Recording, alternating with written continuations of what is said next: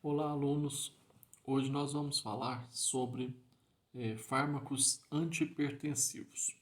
Nós vamos começar com uma introdução ao estudo da fisiopatologia da hipertensão arterial sistêmica e as formas de controle dessa pressão arterial pelo nosso organismo. Então, o início dessa aula está relacionada aos processos de anatomia e fisiopatologia da hipertensão arterial sistêmica. Depois, nós vamos entrar em controles da pressão arterial de forma fisiológica, ou seja, como o nosso organismo responde a um aumento da pressão arterial e, por fim, nós vamos entrar com os medicamentos antihipertensivos, quando, devido a um problema patológico de hipertensão arterial sistêmica, nosso organismo não consegue, de forma fisiológica, controlar os níveis pressóricos e nós precisamos usar medicamentos. Então, são três partes: a fisiopatologia do sistema, de como o organismo tem a hipertensão arterial sistêmica, como o organismo controla os níveis pressóricos e, por fim, a, a parte medicamentosa. Quais medicamentos nós podemos utilizar como antihipertensivos? Esse material já foi enviado também para vocês. Qualquer dúvida, envie no e-mail e ou se não no chat do site do Teorema. Então vamos começar.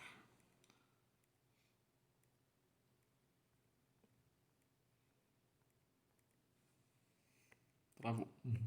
Agora vai. Nós temos aqui um, um gráfico que é importante vocês entenderem para a questão de como funciona a pressão arterial. A pressão arterial ela é o resultado de um cálculo do débito cardíaco pela resistência vascular, ou seja, quanto de sangue o coração bombeia para os órgãos e qual a resistência que as minhas artérias e veias fazem, sobre esse sangue bombeado pelo coração. Então é muito importante entender que pressão arterial é o resultado do débito cardíaco e da resistência vascular exercida pelo nosso organismo. Alguns fatores levam a um aumento considerável da pressão arterial. Quais são eles? Aumento do volume sanguíneo, ou seja, se o meu volume de sangue total é maior, esse volume aumenta a minha resistência, aumenta a minha capacidade de deslocamento do sangue pelas artérias e pode levar a um aumento de pressão arterial. Lembrando que, normalmente, esse aumento do volume sanguíneo está relacionado ao aumento que a gente vai falar de forma mais superficial, seria um aumento de água. Um aumento do volume desse sangue estaria relacionado a um aumento em questões de diurese. Por isso que muitas vezes a gente vai usar medicamentos diuréticos para reduzir esse volume sanguíneo. Ele tem compostos que deveriam ter sido eliminados pela urina e foram retidos, aumentando o volume, aumentando essa quantidade de volume dentro das nossas artérias, que podem levar a um aumento da pressão arterial. Outro fator é o aumento da frequência cardíaca, que também pode levar a um aumento considerável da pressão que o sangue exerce nas nossas artérias. Outro seria o aumento do volume de ejeção. Na hora de bombear o sangue, o coração aumenta o volume de ejeção, exigindo maior capacidade das nossas artérias, levando a um aumento da pressão arterial pelo volume de sangue ejetado do coração. Outro fator seria o aumento da viscosidade sanguínea, o sangue não estar tão fluido, dificultando que ele corra nas artérias e veias, que ele passe de forma mais devagar, exercendo também um aumento da pressão dentro das artérias. E outro fator é o aumento da resistência periférica, ou seja, as artérias e veias estão com a sua resistência aumentada, elas estão contraídas, estão com uma capacidade de receber sangue reduzida, estão resistentes ao volume de sangue que ela recebe. É sempre importante lembrar da anatomia e da fisiologia que as nossas artérias e veias funcionam como canos, tubos. E o nosso sangue seria como um líquido que corre por esses canos e tubos. Todo líquido que corre por todo líquido que corre por canos e tubos, que no nosso caso esse líquido é o sangue, ele vem de uma bomba, que no nosso caso é o coração, e esse líquido exerce uma pressão sobre esses canos e tubos, que são nossas artérias e veias, e essa pressão exercida depende da resistência que esse cano, esse tubo, que essa artéria e essa veia exerce sobre esse líquido que está passando por ali. Então, se nós temos um volume maior do que a capacidade desse tubo, do que essa artéria, do que essa veia, nós vamos aumentar a pressão ali dentro, o que pode causar problemas de saúde importantes, tá bom? Essa parte é a parte de fisiologia que vocês precisam entender.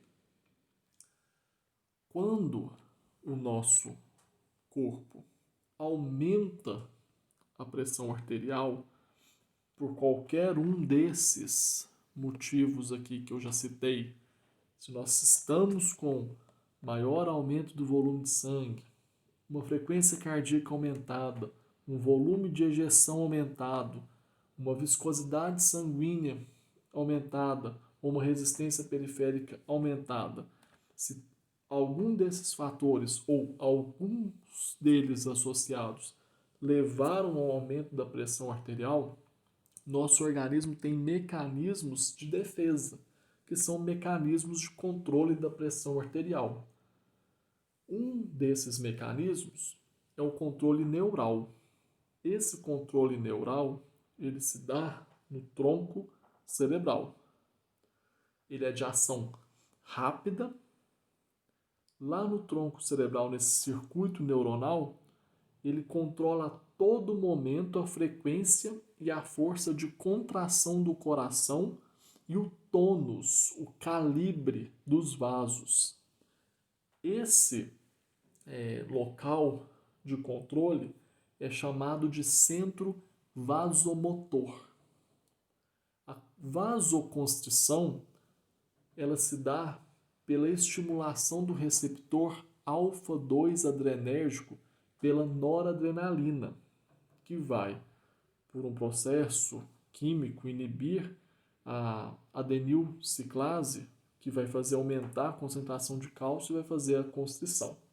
O importante é que vocês entendam que a vasoconstrição, nesse centro vasomotor, ela é dada pela noradrenalina.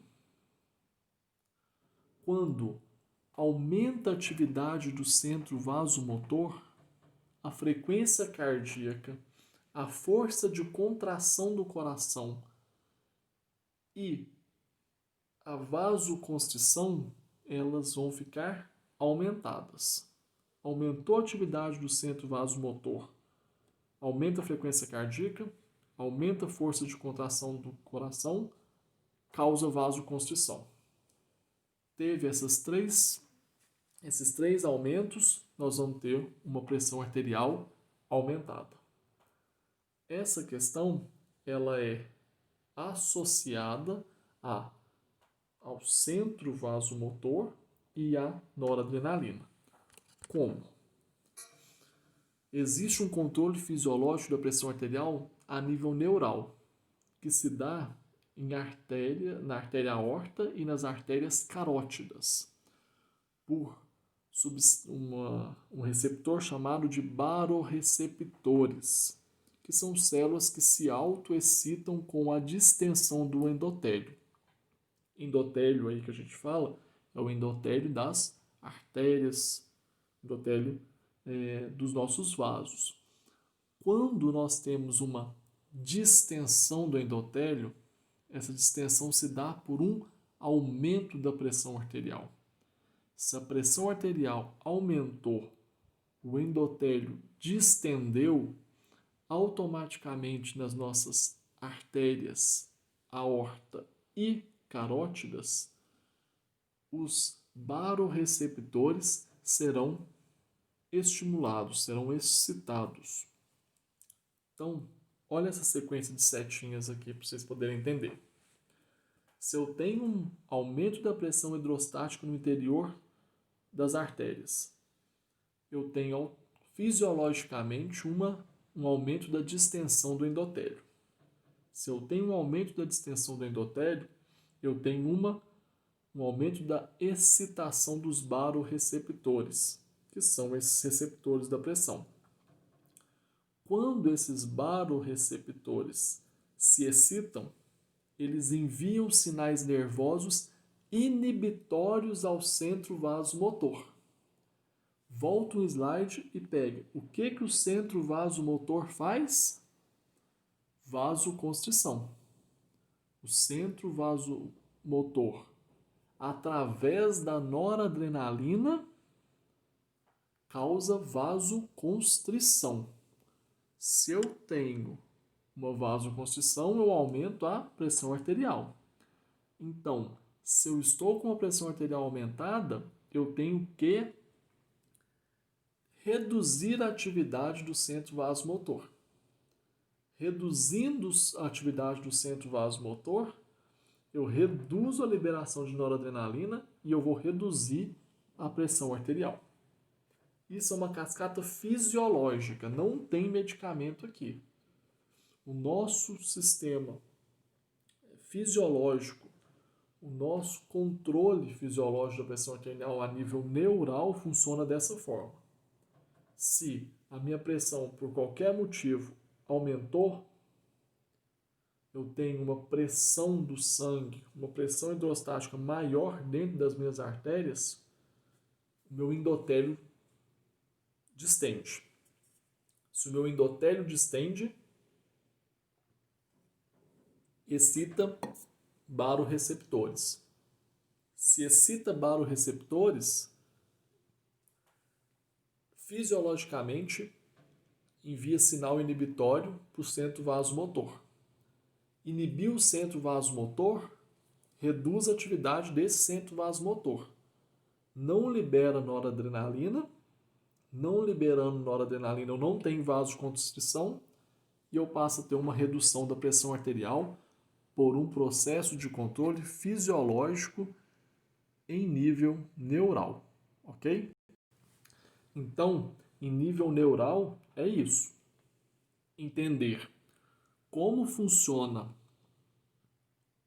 uma distensão do endotélio, como a pressão arterial pode ser aumentada, entender como o centro vasomotor, através da liberação de noradrenalina, causa vasoconstrição, aumentando a pressão arterial, e entender como os barorreceptores vão ser excitados para poder inibir o centro vasomotor. Em resumo, é isso. O controle fisiológico da pressão arterial em nível neural se dá por esses componentes: distensão do endotélio, estimulação dos barorreceptores nas artérias aórtica e carótidas, inibição do centro vasomotor, redução da atividade da noradrenalina, redução da vasoconstrição, redução da pressão arterial. Esse é o resumo da fisiologia do controle da pressão arterial em nível neural. Outro controle renal que nós temos é o controle renal hemodinâmico. Se aumenta a pressão arterial, fisiologicamente, a pressão hidrostática nos capilares glomerulares também são aumentadas. Aí vocês precisam lembrar da fisiologia do sistema renal, do primeiro módulo que vocês fizeram. Que vocês vão ver que nós temos uma pressão hidrostática nos capilares glomerulares. Se a pressão aumenta, se a pressão nas artérias aumenta, a pressão nos capilares glomerulares também aumenta. Quando eu tenho um aumento da pressão arterial e um aumento da pressão hidrostática nos capilares glomerulares, eu vou ter um aumento da filtração glomerular e um aumento do volume de urina. Isso acontece de forma fisiológica para que eu possa reduzir o volume de sangue para reduzir a pressão na artéria. Lembra lá, que no primeiro slide a gente falou que aumento do volume sanguíneo pode causar aumento da pressão arterial. Então, se por um aumento do volume sanguíneo eu aumentei minha pressão arterial, o controle renal hemodinâmico vai começar a funcionar de forma fisiológica. Aumentou a pressão arterial, aumentou a pressão hidrostática nos capilares glomerulares, aumenta a filtração glomerular e começa a urinar mais, aumenta o volume da urina. Se eu vou eliminar mais líquido pela urina, eu vou reduzir, porque eu estou filtrando, aumentando a minha filtração glomerular, eu vou reduzir o meu volume sanguíneo. Com menos volume de sangue nas artérias, não é que eu vou perder sangue, eu vou eliminar aquilo que não é necessário para o meu organismo, eu vou retirar excesso de líquidos desnecessários que estão aumentando a resistência vascular das minhas artérias. Eu vou, ao urinar, reduzir o volume sanguíneo e vou reduzir a pressão arterial. Isso acontece de forma constante no nosso organismo. É um controle renal importantíssimo, que é o controle hemodinâmico. Nós temos também no controle renal, agora não hemodinâmico, não na questão apenas de eliminação de urina, mas uma questão hormonal, que é de uma substância chamada renina, angiotensina, aldosterona. Sigam com atenção esse slide. Nós temos células justaglomerulares nas paredes das arteríolas do néfron nos nossos rins. E eles liberam alta concentração de renina. Por que eles liberam alta concentração de renina? Para a gente poder ter essa cascata de reação renina-angiotensina-aldosterona. Além das células justaglomerulares, a adrenalina e noradrenalina pode ativar receptor beta-1 e também aumentar a renina. Um fator importante para aumentar a renina é uma hipofiltração glomerular, quando o glomérulo está filtrando de forma abaixo do normal. Quando nós temos essa substância chamada renina aumentada, eu vou ter a formação de angiotensinogênio, que vai ser metabolizado em angiotensina 1. A angiotensina 1 ela vai ser metabolizada por angiotensina 2. Essa angiotensina 2 ela só é metabolizada a partir de uma enzima chamada ECA. Essa sigla que vocês estão vendo aqui entre angiotensina 1 e angiotensina 2. Essa sigla ECA significa enzima conversora de angiotensina. é a enzima responsável por converter angiotensina 1 em angiotensina 2. Essa enzima vai ser importantíssima para a gente poder usar de forma medicamentosa. Então, nós vamos usar muitos medicamentos nessa enzima. Então, guardem bem essa enzima chamada ECA, enzima conversora de angiotensina, que tem a função de converter, de metabolizar angiotensina 1 em angiotensina 2. A angiotensina 2, ela vai aumentar a aldosterona, que vai ter uma outra via que nós não vamos falar aqui, e ela vai se ligar a receptores específicos chamados de receptores AT1. Esses receptores AT1, eles causam vasoconstrição. Ao causar vasoconstrição, ele vai aumentar a resistência vascular e vai aumentar a pressão arterial, tá?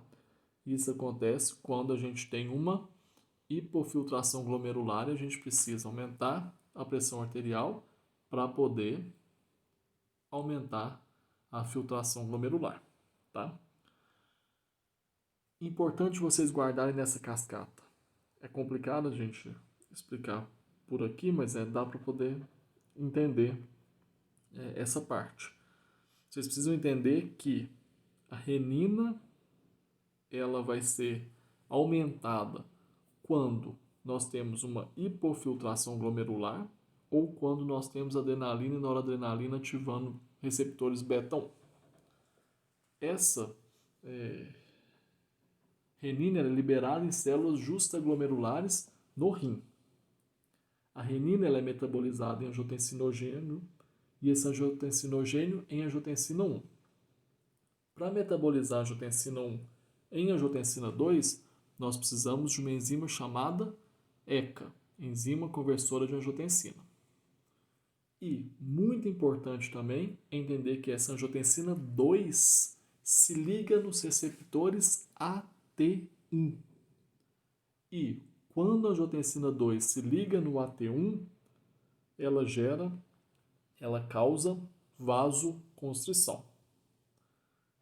Esses dois processos, conversão de angiotensina 1 em angiotensina 2 e ligação de angiotensina 2 em receptores AT1, são os locais de ação dos principais medicamentos para pressão arterial, para hipertensão arterial.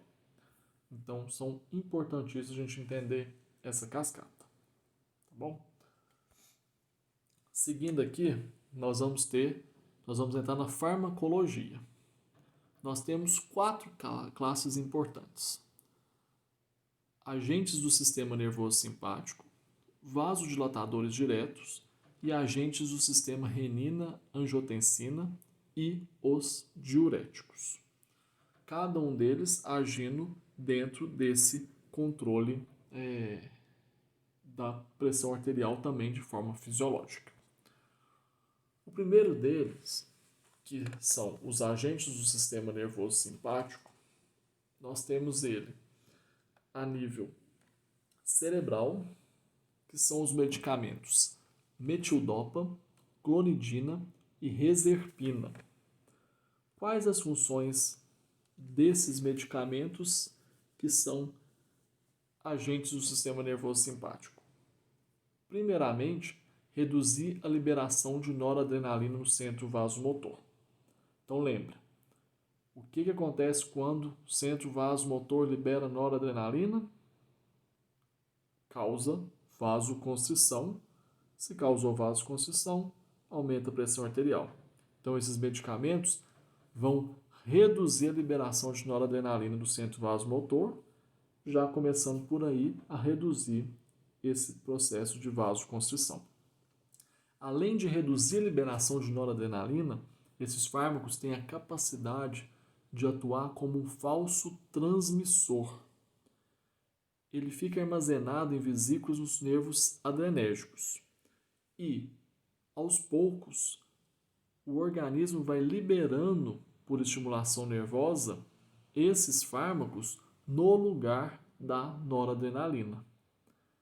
Isso vai impedir mais ainda a ação da noradrenalina no receptor alfa de aumentar cálcio, que é o que vai causar vasoconstrição ou a contração. Sempre lembre, você está ligado com o aumento de cálcio, causa contração, no caso, vasoconstrição. Se tomou esses medicamentos, metildopa, clonidina e reserpina, tem que entender que eles vão agir no controle neural, em nível cerebral. Inicialmente, reduzindo a liberação de noradrenalina. Depois, como eles ficam armazenados no nosso organismo, eles vão sendo liberados e eles vão ser liberados no lugar da noradrenalina. Então, nós vamos impedir por dois mecanismos, tanto na redução da liberação quanto na liberação do medicamento no lugar da noradrenalina. Essas duas ações vão fazer com que o nosso organismo não sofra vasoconstrição. Isso é importante para poder reduzir a pressão arterial. Algumas reações comuns da metildopa e da clonidina são sonolência, por conta da redução da noradrenalina, tontura e hipotensão postural. São medicamentos importantíssimos, porque esse nível de controle neural por vasoconstrição é a forma de tratamento para hipertensão arterial sistêmica da paciente gestante. Se a paciente está grávida, o medicamento de escolha é metildopa. Pode guardar isso, porque isso sempre está caindo em concurso. Provas importantes, de bancas importantes, colocam sempre essa informação. Paciente hipertensa tem que fazer o controle da hipertensão através de fármacos, agentes do sistema nervoso simpático, a nível cerebral, pelo controle neural, sendo o fármaco de primeira escolha a metildopa. Bom, guardem isso. Outros agentes do sistema nervoso simpático que agem além do nível cerebral e também em nível renal são os antagonistas dos receptores adrenérgicos. Lembra que adrenalina, noradrenalina, pode ativar a beta-1 e aumentar a renina, e a renina vai ser metabolizada em angiotensina 1, que pela enzima conversora de angiotensina 2 vai ser metabolizada em angiotensina 2, que vai se ligar ao receptor AT1, que vai fazer vasoconstrição. Nós vamos ter aqui agora duas formas de ação, que é antagonizar os receptores beta-adrenérgicos em nível renal e cerebral, para a gente poder reduzir essa vasoconstrição.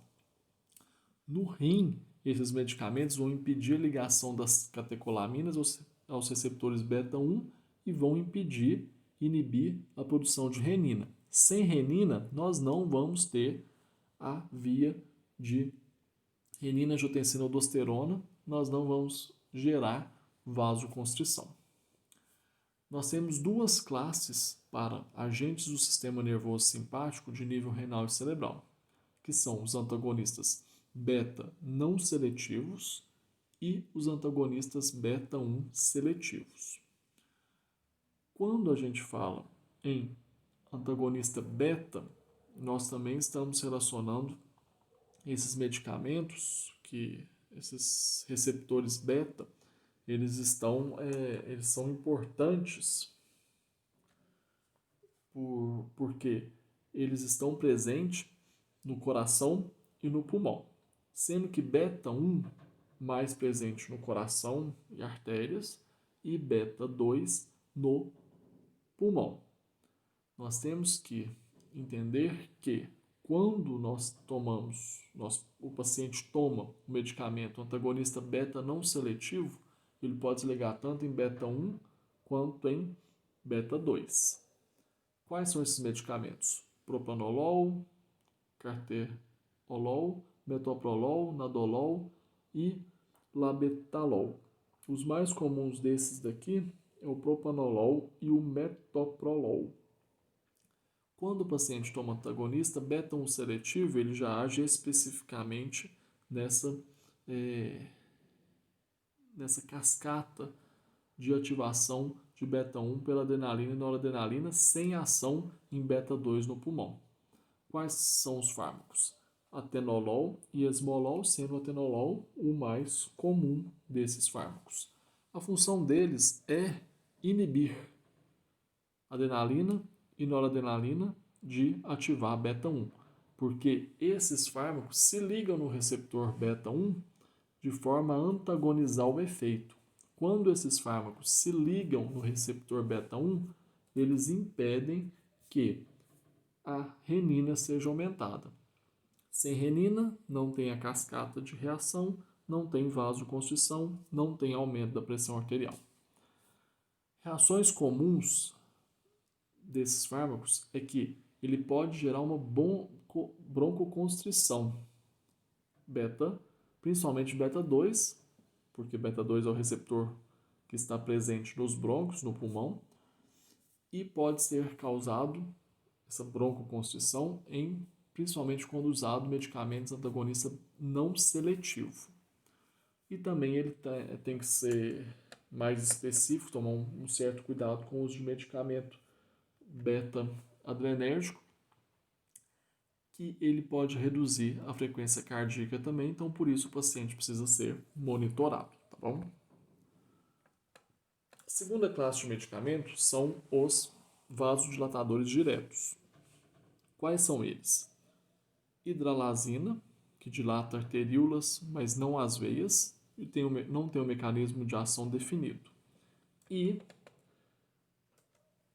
nitroprusiato de sódio, que dilata vasos arteriais e venosos, por se ligar à superfície da célula, ativar uma enzima chamada de guanililciclase, aumentando o GMPC, a concentração de GMPC na célula, que vai levar a um relaxamento celular. Esses vasodilatadores diretos são com mecanismos de ação mais complexo e ainda não completamente elucidados. Então é importante entender que a hidralazina ela vai dilatar artérias, o nitroprusiato de sódio, tanto artérias quanto os vasos, as veias, né? E os mecanismos delas estão relacionados inicialmente, mais especificamente, à questão do relaxamento celular, levando a um relaxamento dessas artérias, reduzindo a resistência vascular à pressão exercida dentro desse vaso. Nós temos também os antagonistas de canal de cálcio. Ele vai dilatar arteríolas periféricas. São medicamentos importantes. Nós temos aqui os mais antigos, verapamil, diltiazem, e os mais recentes, nifedipino, nizodipino, alodipino, nimodipino e felodipino. Ele vai ter, esses medicamentos mais recentes, ele tem um menor efeito depressor cardíaco, porque eles agem menos no músculo cardíaco. Como assim? Nós temos dois tipos de receptor, o L e o T. Onde eles ficam localizados? O receptor L fica no músculo liso e cardíaco e no neurônio, e o T no coração e no neurônio. Quando a gente usa esses de primeira classe, os mais antigos, verapamil, diltiazem, eles vão se ligar no receptor L e no receptor T. E aí pode ocorrer relaxamento de outras musculaturas lisas, como brônquios, trato gastrointestinal, útero, mas apesar dessa ligação, eles têm mais especificidade, maior afinidade com os receptores do endotélio. Então, os mais novos eles já vão se ligar mais ao músculo liso e cardíaco, né? Vão ser mais eficazes, esses mais recentes, porque eles vão se ligar diretamente nas artérias, principalmente para dilatar as arteríolas aferentes sem ação importante, sem ação grave no músculo cardíaco, tá bom? Gente, essa aula eu vou parar por aqui, porque a gente vai ter ainda, a gente vai começar na próxima aula, os agentes do sistema renina-angiotensina. Essa parte é bem mais longa e ela é bem mais detalhada. Então eu quero que vocês escutem essa aula, leiam o material que eu já enviei, prestem bastante atenção nesses detalhes fisiológicos que é importante de serem entendidos, de como a pressão arterial ela é controlada em nível renal e nível neural, sendo que no nível renal vocês precisam entender bem a questão de hemodinâmica e a questão hormonal, para a gente poder entrar nessa parte aqui, que é do sistema renina-angiotensina-aldosterona, que é um sistema um pouco mais complexo. Então, entendam bem esse funcionamento, entendam que no nível neural nós vamos ter os medicamentos bem específicos, agindo para redução da noradrenalina. Lembrem sempre da metildopa para paciente gestante e entendam a cascata de reação do aumento da liberação de renina para poder entender como que a angiotensina 1 vai ser metabolizada em angiotensina 2 pela enzima conversora de angiotensina e como a angiotensina 2 vai se ligar no receptor AT1 para poder fazer vasoconstrição.